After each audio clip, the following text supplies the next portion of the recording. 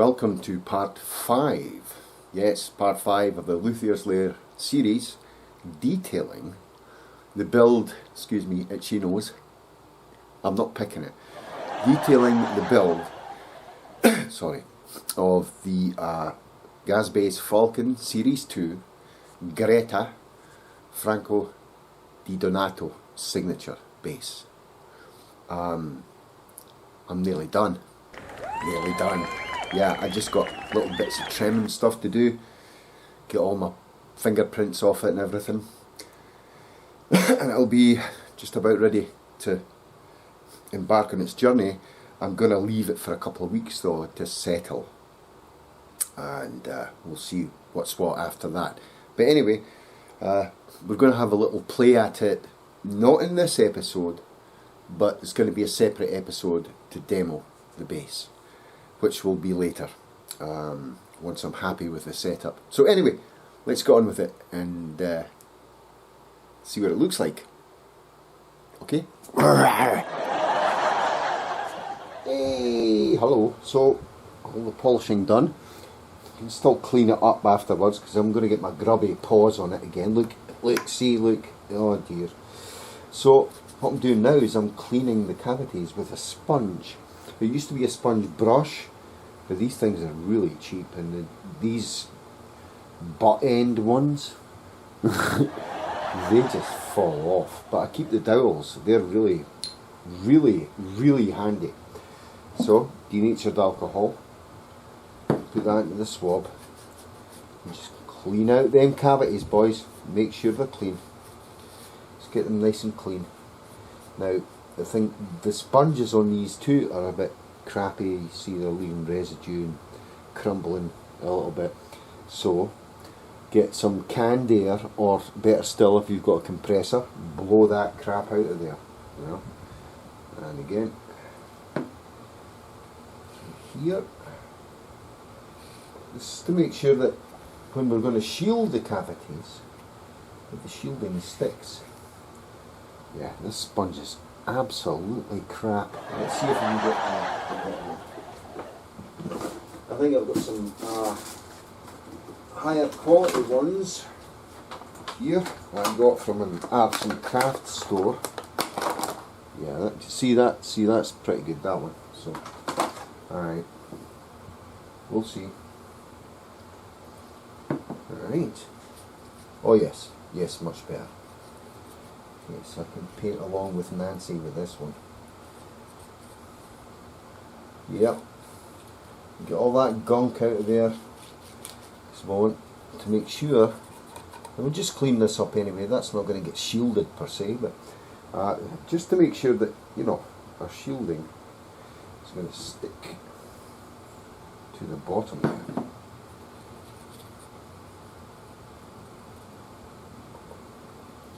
Okay. And that's what we do. And I'll come back and we'll start shielding. Awesome. So boys and girls, what about now? Huh? What the hell are we gonna do now? Well, okay, you see two sets of wires coming out here. That's the battery boxes. I'll just angle boys out of the way. Sorry about that. And show you they've been installed. Okay, there they are. Sorry about the extreme shine from the base, I just polished it. And yeah, so the next thing is to connect all these cavities together, because they're all going to be what's called ground. Yes, ground. So, I'm going to use black wire because that's like DC ground. Green wire's usually AC ground, and a bass is ultimately an alternating current gets set up in the pickups that gets magnified, you know, blah, blah, blah, blah, all that theory. So I'm going to connect all these cavities together. So I'm going to connect a wire from here to here, and from here to here, and I'm going to do it over the top. No, I'm not. I'm going to thread it through. It'll be fine, you know. So that's what's next. Awesome. Okay, boys, here we go. Anyway, yeah, just fitted the pickups They're nice and springy, centered, everything. That's the leads going through there and there, and you have to attach all this to it. So the best thing is to get a spongy sort of material, maybe not paper towel, some sort of spongy material, so that you can settle that one here. That tape will come off soon. That's just to shield off certain things. And if you notice, I have a tab there, a little copper tab that makes connection here, so that when that goes on there, it will make electrical contact and the ground will be complete. That's the theory, and it works all the time. So the next step now is to figure out how the LEDs are going to come through. And I figured that out, and I have a diagram of it, and I did some continuity on it. So we're going to be okay there, and we should be good to go. Awesome. Okay, all the electronics are hooked up. I think, well, I'm sure, yeah, okay, everything is hooked up. Now, my first tests are usually the amp, but I want to test the LEDs first.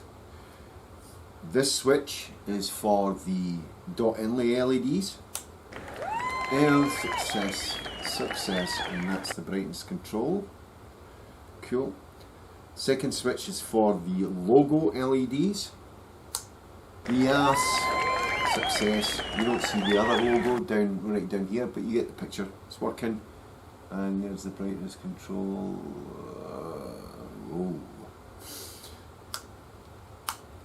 Switch those off.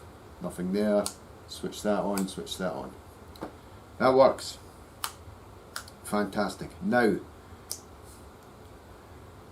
here is the big test. I'm going to turn everything down to 0 on the preamp.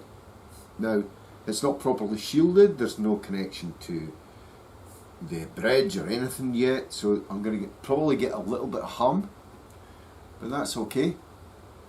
Let's see. I'm going to go and switch on the amplifier now. So, my crap bass amp. I'm going to do a crap bass amp, crap webcam mic episode with this bass as well. But I'm getting no hum whatsoever because I've turned everything down. So that's good. There's no extraneous RF noise. Okay. Tap pickups, they should get nothing. Nothing.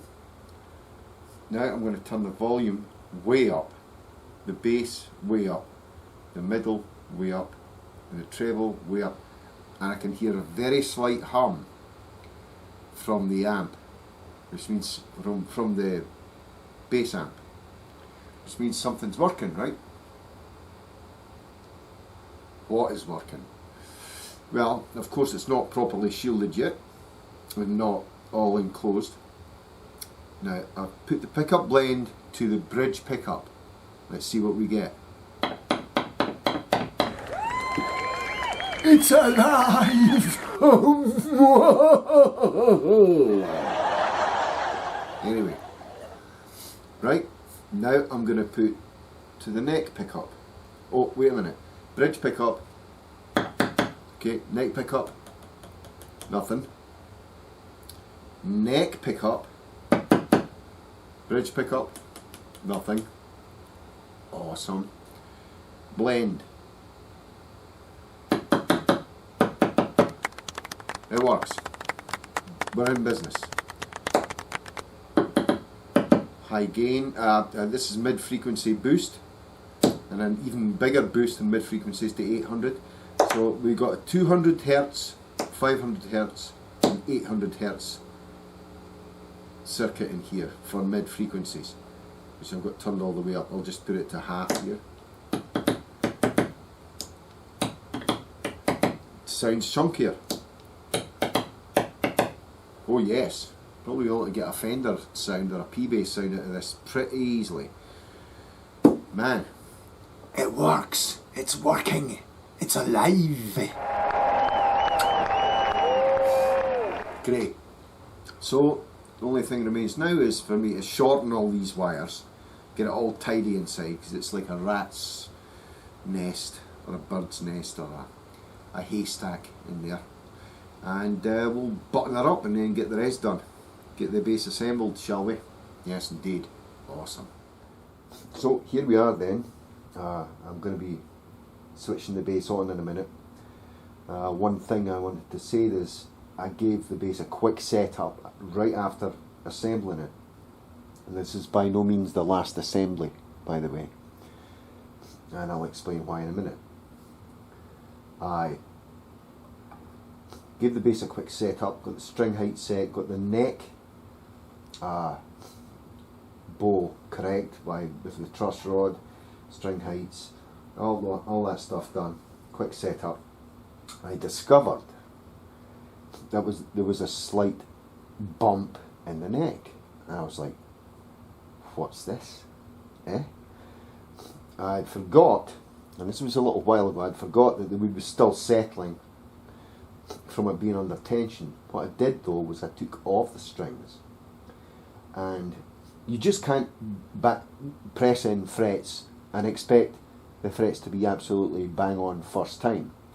So I discovered there was a discrepancy in the radius along certain parts of the fingerboard. All I did was I took my radius block, I'll show you that, hold on. My radius block with some 800 grit on it, and I radius sanded the frets. This put them at the perfect contour with the neck. They settled more and the bump went away. The neck bump gone. Now of course the tops of the frets are now flat, so I have to recrown them, and my crowning file is old and it's screwed, so I went ahead and invested in a new one. They're not cheap. Good fret crowning files are about 80 bucks, so invested in another one. And even though the frets are flat right now, I'm getting hardly any buzz at all along the neck. So after recrowning the frets, I'm going to be absolutely fine. So let's switch on the crap bass amp once again. Now I am getting a slight hum from the electronics, and I'm wondering about that. This is a newly designed circuit, so there may be little teething problems and bad grounds and stuff there, here and there, but it's a very faint. But it's annoying enough for me to go ahead and investigate it. But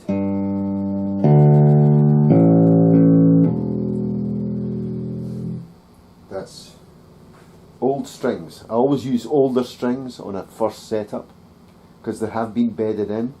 They've lost their tone, of course, but the bass sounds great. That's 200 Hz, 500 Hz, mid, and 800. Slightly brighter sound. There's a little pop there that kind of goes away, so I'll clean the contacts in there. So that's good. Take the bass right down. Screw that, Take the treble right down, and I'm in back pickup mode there, so I'm going to go to both pickups, then front pickup.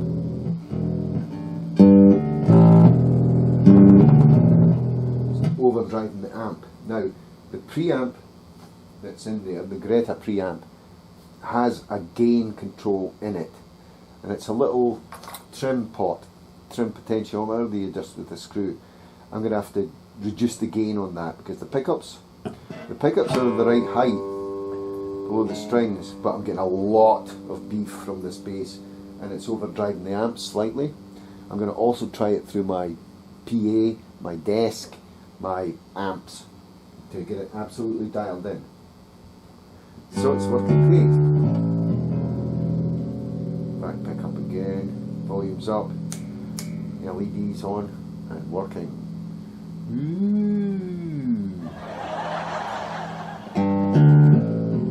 So everything's cool, everything's absolutely in working order. Just a few tweaks to do, and you might notice at the end here I have a tusk nut in there and not a brass one again. That's just for initial setup. I'll put the right hardware in there until the very end, especially with the neck as well. And the neck, the frets obviously need recrowned. They're kind of flat, so I need to recrown.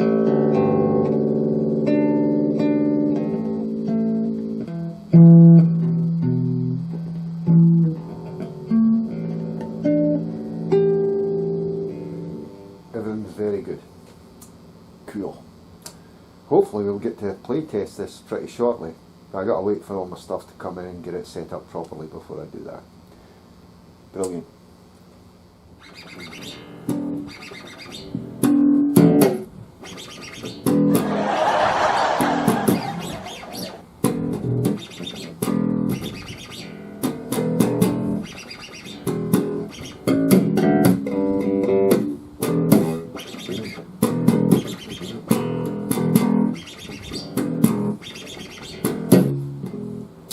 Forget it. Yay! Yes, my fret crowning fells have arrived. My very expensive fret crowning fells have arrived, and it's worthwhile. You know, I was using an old Luthier's fret crowning fell that I had for like 25 years. From when I first started learning about dressing frets and stuff, and it got worn out, so I invested in awesome ones, and here they are. Let's go and take a look and see what they do, shall we? Okay, so I'm up to the fourth fret here, and I made a little arrow on that, which is probably a stupid thing to do right now, but you know, it'll come off. To show me, because I bought a set, actually. Let me show you. I got a small and medium one, and a large and jumbo. Now I've got large frets in these, not jumbo frets. I want a bit more finesse. So, all I do, place it over. Now remember, the neck has a radius, okay? So we're gonna hear that? Hear that? Oh,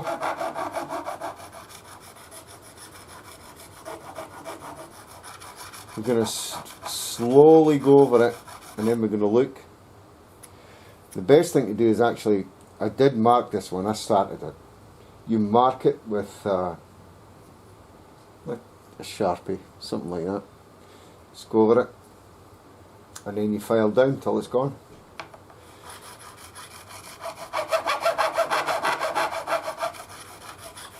Very easy to use, self-guiding. They have safe edges on them as well. Better to put tape down so you don't score the wood anyway. And I did put a protective coat of wax on top of the neck, the fingerboard, sorry, just to make sure. So I've got tape and wax and whatever protecting this. That's it. That's that one done, believe it or not. And of course, on to the next. If you've been careful, your tape's still okay. If you're not, get new tape. Go into here, get your marker, just draw a line over there, and go to work. Like so.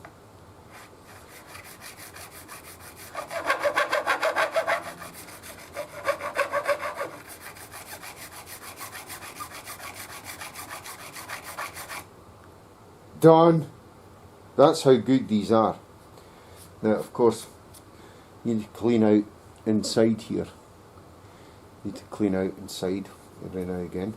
Use a cloth or something. Better still, if you've got a compressor, Get that crap out of there. And on to the next. Awesome! Okay, finished crowning the frets, to the best of my knowledge, of course. And I put some new strings on it, on the Falcon Series 2 Greta Franco Di Donato signature bass. Now, when I played the bass, one fret at a time, one string at a time, I found high spots, which is to be expected in first installing. Now I could let the bass settle a bit, in fact I think I will for like 2 or 3 hours, and then come back to it and see if they're still high. But I don't know if you can see, I've marked with my, zoom in there, marked with my handy dandy marker where the high spots are. So, and it seems to be 2, 3, 4 frets, very slightly high, so I'm getting a little buzz from these frets. So they just need to be checked to see if they're seated correctly, and by looking at them right now I can tell they are. So they're just little high spots on them, so I need to just file them very slightly and then recrown them, and I'll be fine. I'll have no fret buzz. But the sound is very pure from this Greta preamp.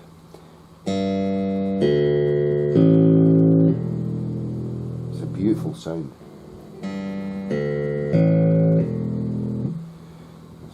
Back pickup. This back pickup. Beautiful sound. Pickup blend, middle. Nice. And front pickup. Much more P-bass sound there. And of course I have my tone 200, 500, 800 Hertz boost switches for the middle there, and bass, middle and treble there, volume, and that's the handy dandy fancy brightness control for the logos, and the switches for the LEDs.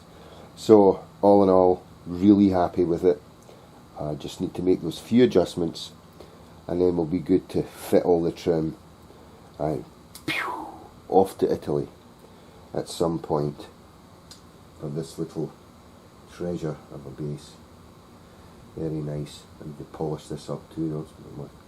It's got my crap all over it. Awesome. Well, that's about it for part 5. Yes indeed. Hope you liked this episode. We're nearly done. Just got little pieces of trim and stuff to do. One piece of trim actually is functional, so that will be going on there, and I'll show you that when I'm going to do a demo video of the bass very soon, maybe in the next day, maybe, you know, depending on when you watch this though, because you might watch it and go, I already saw the demo, so you're lying. So anyway, it doesn't matter. Anyway, join me next time for additional footage and stuff. And as usual, be safe, be good. And I got that wrong, didn't I? So I never remember more than catchphrases. Stay safe, be good. Catch you next time, folks. Cheers. Thanks very much for joining me. Bye bye.